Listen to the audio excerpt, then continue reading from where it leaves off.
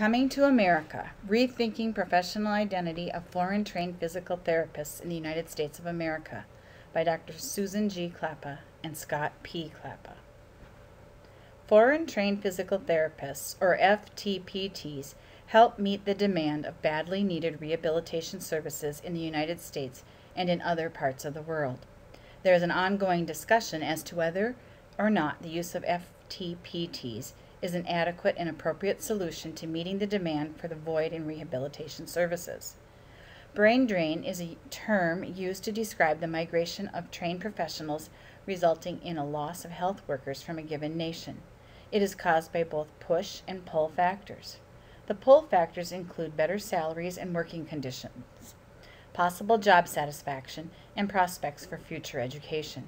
The push factors include a lack of good working conditions, limited opportunities for promotion or career advancement, lack of essential equipment, and a limited availability for specialist training.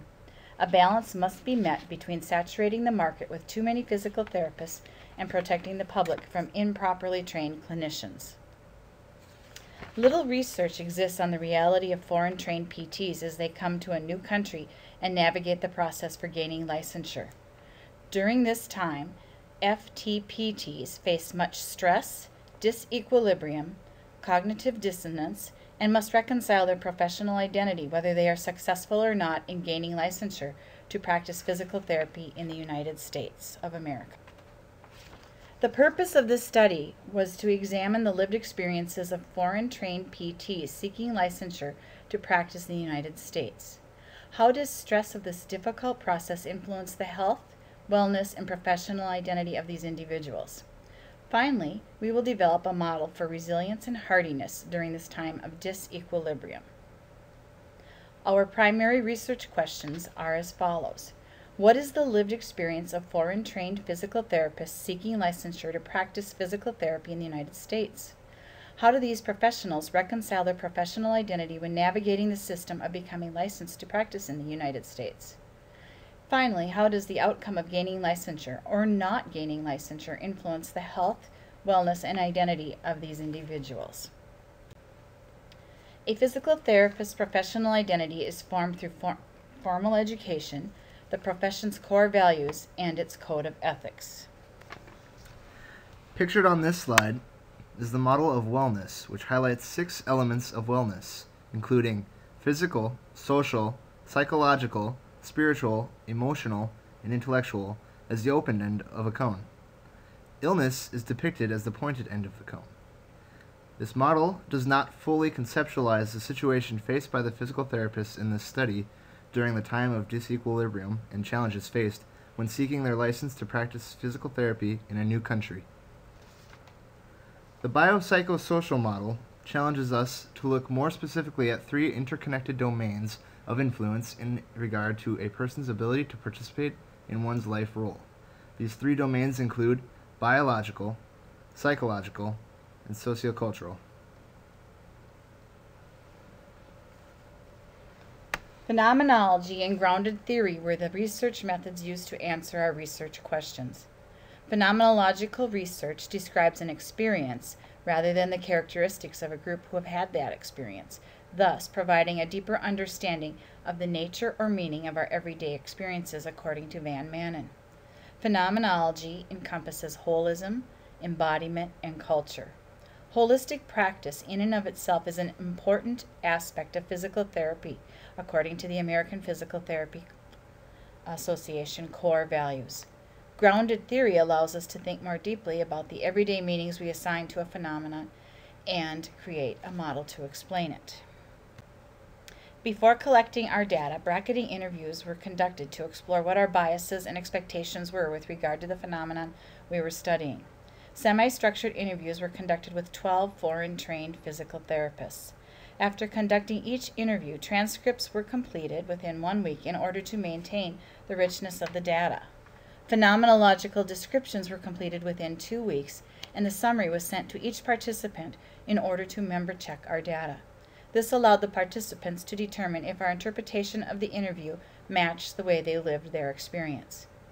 We chose to use a descriptive approach to the phenomenological analysis of our data in order to remain as close to the narratives as possible. Our vertical analysis involved an in-depth analysis of each individual interview. Then we began to look for themes horizontally across all interviews. We served as our own phenomenological group, working together on the analysis, and arrived at a common description for the experience of foreign-trained PTs, which we shared with our participants. We then developed a resilience and hardiness model for professional identity. Dimensions of health and wellness were achieved by the foreign-trained PTs in this study, whether or not they were successful in obtaining their license to practice physical therapy in the United States. Many cultural and life lessons were learned along the journey of gaining licensure. Professional identity as a physical therapist was never lost, but evolved into new roles. Resilience was defined as the maintenance of healthy functioning following exposure to personal trauma. Hardiness is defined by Maddie as being committed to finding meaning in life or the belief that participants could control their own surroundings and outcomes of events they faced. The foreign-trained physical therapists also believed that all life experiences bring forth growth and knowledge. Featured on this slide is our model of hardiness and resilience. It begins with the biopsychosocial model, leading into professional identity, in this case, foreign-trained physical therapists. We then look at the opportunity. An example of opportunity would be licensure. Licensure is either attained or it is not. If it's attained, it then leads to a feedback loop to professional identity, represented by hardiness. If it is not attained, then it leads to a feedback loop called resilience. Connected to opportunity, we have challenge. And challenge follows back to affect biological, psychological, and sociocultural factors that develop a person's identity. All the participants in this study were thrown into a new environment by coming to the United States. Our participants overcame hardships and challenges, such as not understanding the dangers of driving in a tornado, discrimination, and financial difficulties. In the end, they embraced their new life despite not being successful in the licensure process. Yet, they retained their identity as a physical therapist, however, in a different context. Some participants went on to become grassroots organizers. Others became Pilates instructors or physical therapist assistants.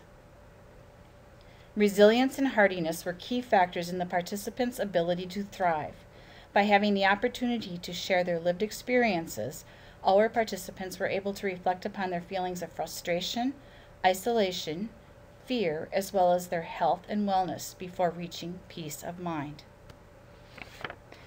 In conclusion, regardless of whether or not the participants were successful in gaining licensure, they have not shed their identity as physical therapists.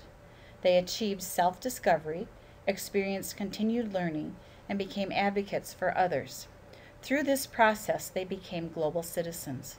All participants maintained their physical therapist identity, even if it was in an alternative career. Thank you for your attention. References are listed here and will be furnished upon request. This slide completes our list of references and again will be furnished upon request. Thank you.